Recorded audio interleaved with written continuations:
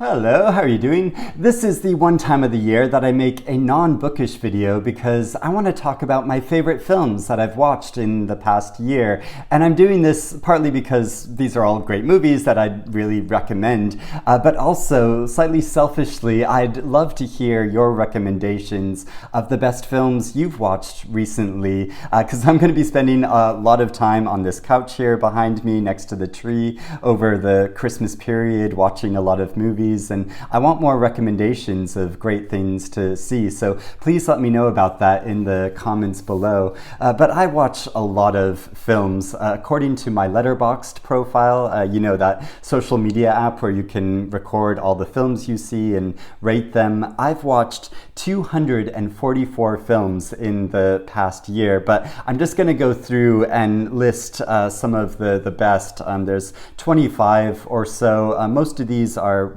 recent films, though there are some older films which I either watched for the very first time or that I rewatched because I love them so much. There's also quite a few literary adaptations here, so it is, topical. But I'm going to go through in the order that I watched these movies over the course of the year. So starting off at the very beginning of the year, I watched the documentary Summer of Soul, which was from last year, and it was up for an Oscar, or maybe it won the Oscar. Yeah, I think it might have won the Oscar for documentary. It's about the 1969 Harlem Culture Festival, which celebrated African American music and Black pride.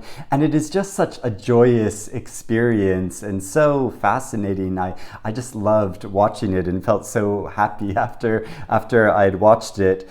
Next, there's the film The Reason I Jump, which is from a couple of years ago, and it explores the experiences of young, non-speaking autistic people from around the world and the way that they have been stigmatized and misunderstood over time and in different ways from these different regions. It also features the author David Mitchell, because he talks about quite publicly how he has an autistic son, and it's just so fascinating seeing the point of view from a number of young autistic people, how they feel and experience the world around them. I found it so valuable for that.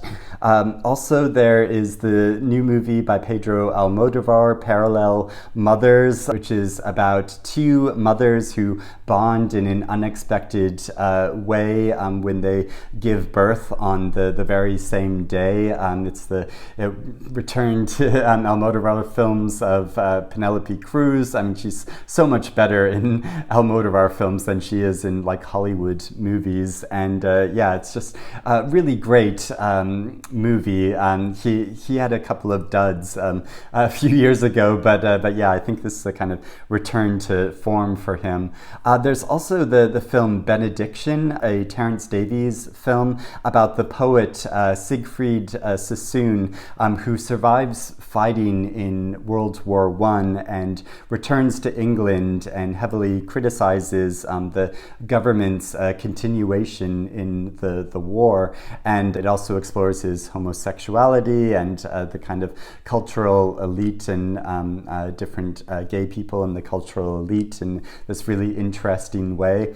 There's also this great documentary called Boulevard! A Hollywood Story, which is a strange but true story about two men who briefly partnered with Gloria Swanson in trying to make a stage musical of the film Boulevard, of Sunset Boulevard, which she starred in, and the many difficulties that they encountered in trying to realize this project, and it's brought to life through this animation in this like quirky and really interesting way, and it's just such a like weird fascinating story. I just really enjoyed that documentary. There's also the film Moneyboys, which is a Taiwanese film about two young men.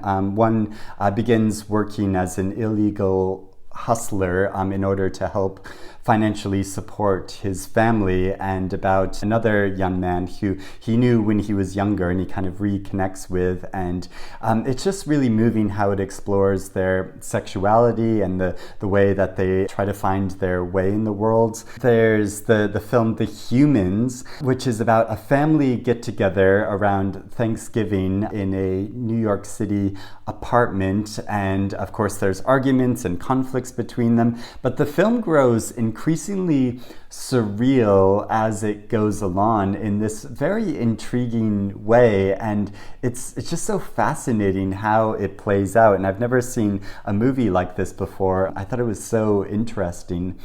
There's also the film adaptation of Annie Ernaux's book Happening, which is about her experiences when she was a younger woman and went to get an abortion when abortion was still illegal in France. And so this film is a dramatization of her experiences, and it's a very moving and powerful story, and sadly very relevant given how abortion is continues to be such a contentious issue in America, and I just found it very powerful. And so another great book by the now Nobel Prize winning Annie Ernaux. Also, I think my favorite film of this year is The Quiet Girl, which is an adaptation of Claire Keegan's novella called Foster, about a girl who's part of a large family in rural Ireland, and her family is really struggling to support themselves. So they send off one of their daughters, this girl, to live with an aunt and uncle of the family who are childless. And so following her experiences there, and the way this movie is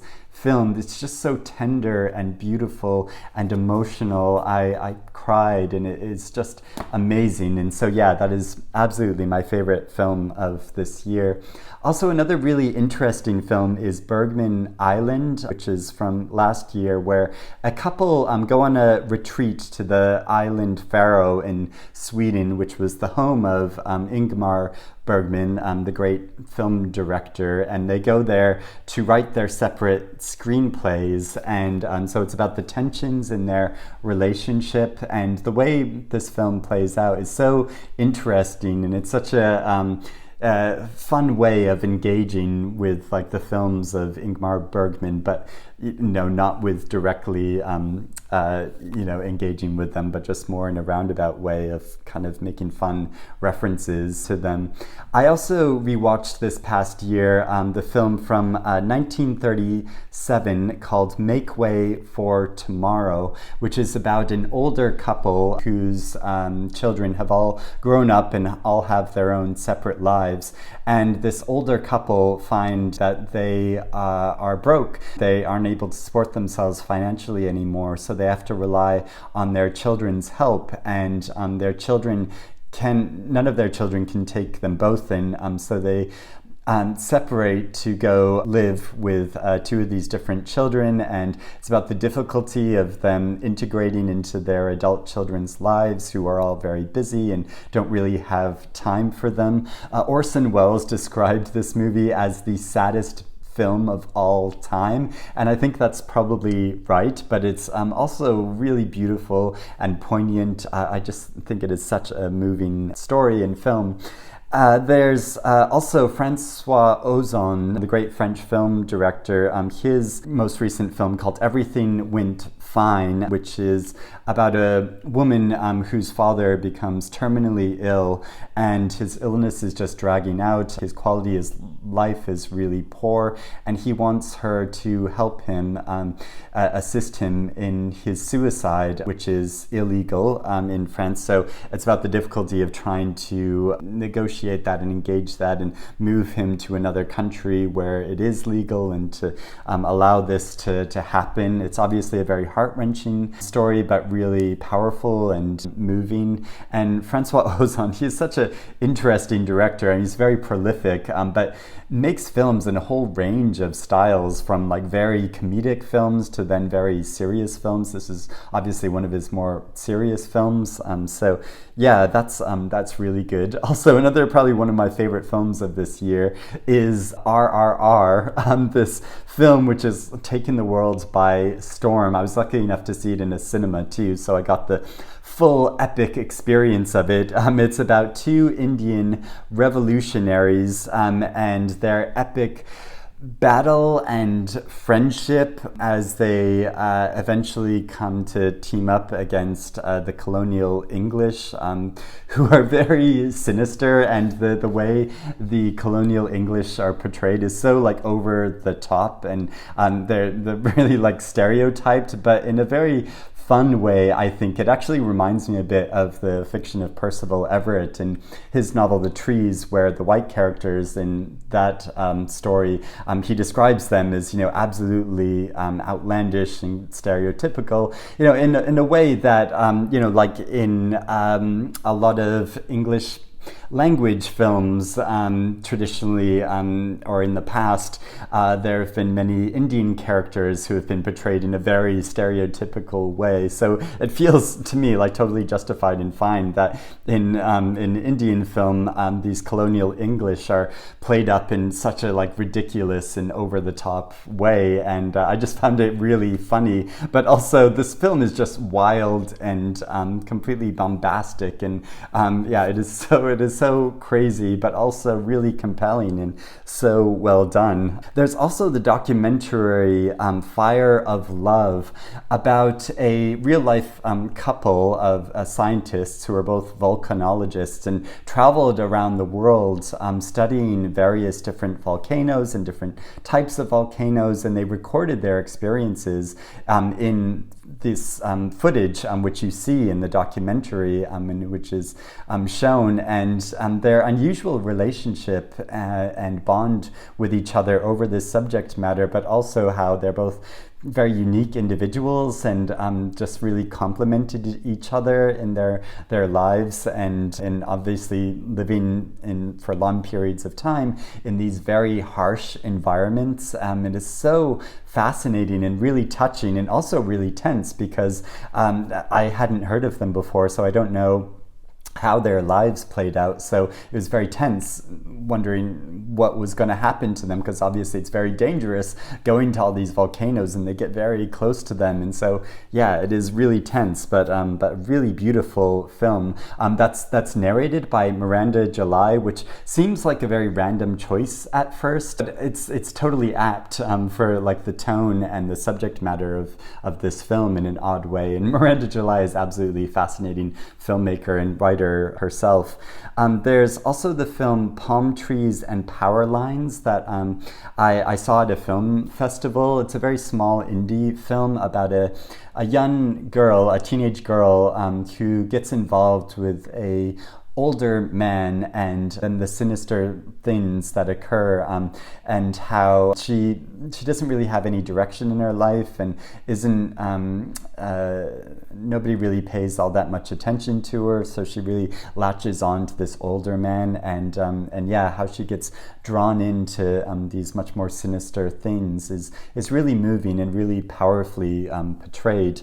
So I thought that was a great film. Also, the adaptation of Miriam Toews' novel Women Talking, I thought was so well done and really powerful. I mean, that was one of my favorite books that I read in the year that it was published. I think it was the first book I read by Miriam Toews, and it's such a powerful story, really tense and terrifying and awful story about an insulated community and a group of women who are being continuously abused and raped over a period of time, and made to feel that it was their fault, and how when they discover that it's men in the community that are actually doing this to them, they get together and try to decide what they're going to do, because they've never lived outside of this very insulated community, don't know anything about the outside world. So it's terrifying. Do they leave? Do they stay and try to fight the men? It's about that whole question and how they debate this amongst each other. And and the adaptation of it is really well done. There's also a film adaptation of Don DeLillo's novel White Noise, which is done in such a unique way, and I feel like there are so many different styles of film within this movie. It's at once a disaster movie and also a romantic comedy, but also a crime caper, and also kind of a horror film. There's a section of the film which is about a man in the middle of the night sort of waking up, and the figure who he thinks is his wife beside him isn't his wife, and it is absolutely terrifying. It really, I think about this when I wake up in the middle of the night, and I start to get really scared. But it's also a musical. It ends with this musical sequence, and but in a really fun and enlivening way. And so really fascinatingly done. There's the film The Woman King, which is about kick-ass African female warriors, and what a great subject for a film, and it was so well done. I just really enjoyed it. There's the film that the Banshees of Inisherin, which is probably another one of my favorite films from the past year, which is about two men in a small community who were friends, but at the very beginning of the film, one of the men says, "Sorry, I don't want to be friends with you or meet you at the pub anymore," and the other man can't accept this, and it's about the increasing tension between them and the lengths that one of the men goes to stay away from this other man, who's played by Colin Farrell, and he does such a good job in this film. It's very funny, but also tender and meaningful in how it shows this friendship in a small village and about the tensions in small village life. It's so well done. I just really loved it. I also rewatched the movie Troll 2, which is a film from 1990, which is sort of notoriously known as the best of the worst films ever made. And I'm part of the Bad Movie Club that we get together sometimes and watch terrible films. And early on, we've been meeting for years and years, and this was one of the first films we watched. And so we finally rewatched it, and it was really worth it, because this film is so horrible and dreadful in ways that I didn't even remember, and as I'm watching, I'm like, oh yeah, I can't believe they actually filmed this, or what were they thinking? I mean, it's not even about trolls; it's about goblins, and this family, the acting in it is so awful and ridiculous. It's just absolutely hilarious. I laughed so much rewatching this film, and I was glad I finally bought it digitally so I can rewatch it again and again. There's also the film Decision to Leave, a South Korean romantic mystery about a man who dies under suspicious circumstances, and about his widow who becomes a kind of suspect, and a detective that follows her, but then his involvement with this woman. And it's a very curious and unsettling film that I just found really fascinating and really intriguing. There's the novel, see, I'm used to talking about books. There's the film After Yane, which came out last year, also stars Colin Farrell. Colin Farrell is really on a roll. And it's a very interesting and entertaining take on a futuristic film about a family and about AI life forms, and how things go wrong with their son, who's artificial intelligence, and who was purchased by this family as a companion for their young daughter, and about the difficulties of that. And it's handled in a kind of lighthearted way, but also in a very poignant way. And I found it really touching. And also it starts with this great dance sequence, or kind of dance off between a number of different families, which is really wonderful. There's also the big blockbuster film Black Panther, Wakanda Forever, which obviously has been like a big one of the big blockbusters of the year, but also I think it was really well done. And I rewatched the original film Black Panther before going to see this, and I'm glad I did, as it reminded me of a number of different characters and plot points, and it was so fascinating to see how they handled the story, given the lead actor Chadwick Boseman's death. And I thought it was so interesting what they did with the story and the characters and how they followed through with it. And also for a Marvel film, I was continuously engaged throughout the entire thing, which a lot of Marvel movies, I get really bored, especially towards the end in the big action sequence. But I was really involved throughout all of it. So I know a lot of people have been a bit snooty about this new film, but yeah, I think it was really well done.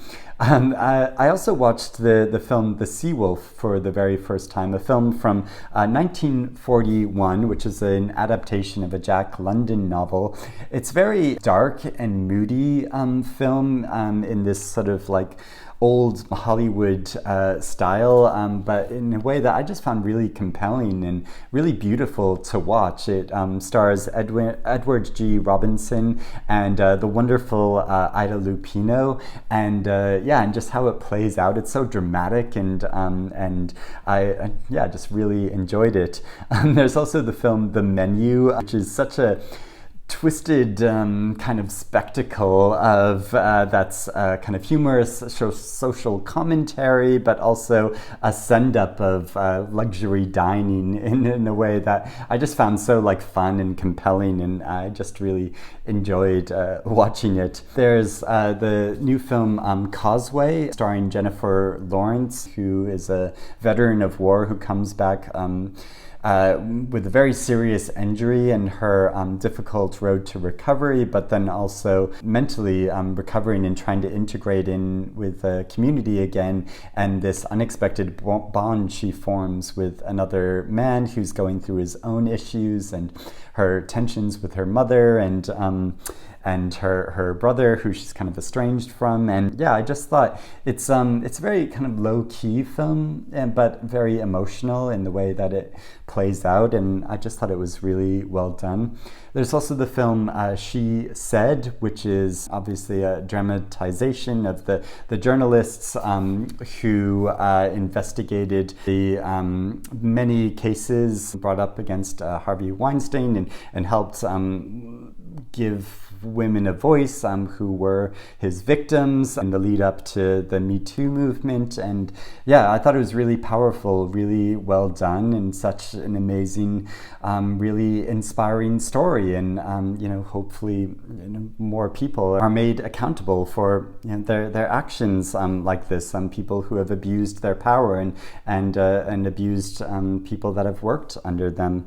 There's also another big blockbuster, Glass Onion, a Knives Out mystery, which has been a very popular film, and also I think people have been a bit snooty about. I just think it was really well done, and of course Daniel Craig's accent is absolutely ridiculous, and but Janelle Monáe's performance is absolutely wonderful, and I thought it was really suspenseful and really intriguing. I wasn't sure how it was going to play out, so all the twists and turns of the story, I think, as like a modern detective and mystery story, I think it's so well done. It's much better than the recent Agatha Christie adaptations, which have been coming out, and which just feel really tired and dull in comparison to these new murder mystery movies of Knives Out. And I rewatched Knives Out, the original film, before going to see this new film, and it really stands up. I think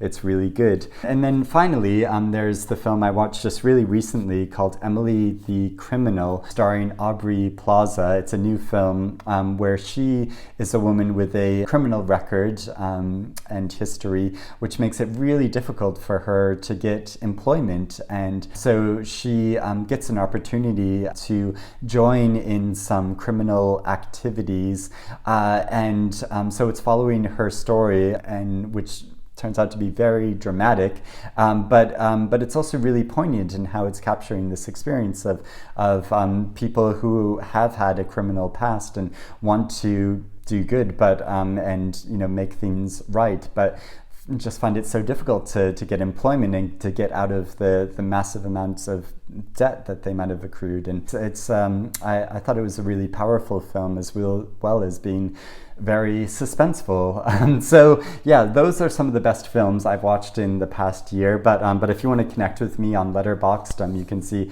all the movies I've watched in the past year and what I've rated them. And yeah, it'd be really great to connect with you there. My profile name is Lonesome Reader, like it is on all social media platforms. So yeah, go find me there. But yeah, let me know about some of the best films you've watched recently. Please note those in the comments, because yeah, I'd like to get some more suggestions about what I should watch over the Christmas break. But I hope you're doing well. I hope you have a wonderful Christmas, and I will speak to you again soon. Bye-bye.